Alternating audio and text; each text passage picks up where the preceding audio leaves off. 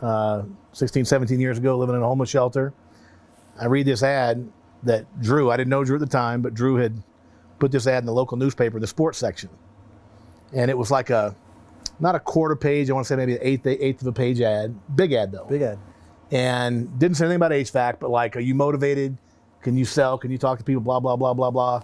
6-figure opportunity, company vehicle, blah, blah, blah, vehicle allowance, blah, benefits, blah, blah, blah, blah, blah. I'm like, man, I could use something like that. Pretty good. I've been in the shelter for 6 months trying to find a job.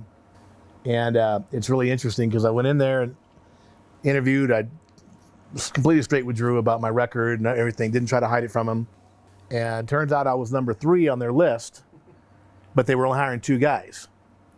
Turns out the number 2 guy had also been in some trouble and wasn't really honest with him about it. So when they called him to hire Winston, Winston Dennis loved him to death, he's like a brother.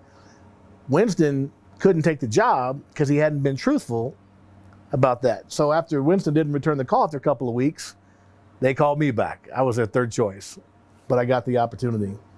And never looked back, man. And a lot of appreciation for this guy right here.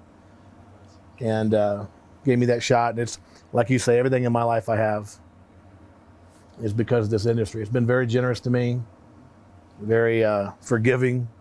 You're like Tom Brady. You were the 3rd choice. He was the 6th round draft pick, but you're both Hall of Famers. That's me. You're in the Hall of Fame. I am? Aw.